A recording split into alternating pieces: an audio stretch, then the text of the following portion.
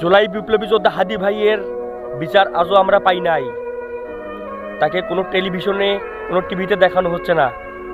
তাতে ভাইবেন না যে আমরা জুলাই বিপ্লবী যোদ্ধারা হাদি ভাইকে ভুলে যাব।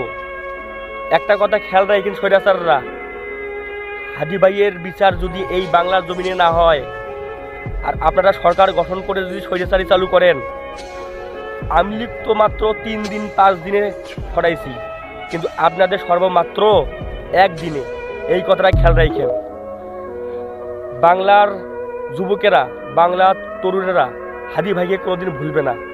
সে ছিল আমাদের লিডার, আমরা আজও তাকে লিডার হিসাবে মানি। আমাদের লিডার আমাদেরকে শিখিয়ে গেছে কিভাবে স্বৈরাচারদের হাত থেকে দেশকে রক্ষা করতে হয়।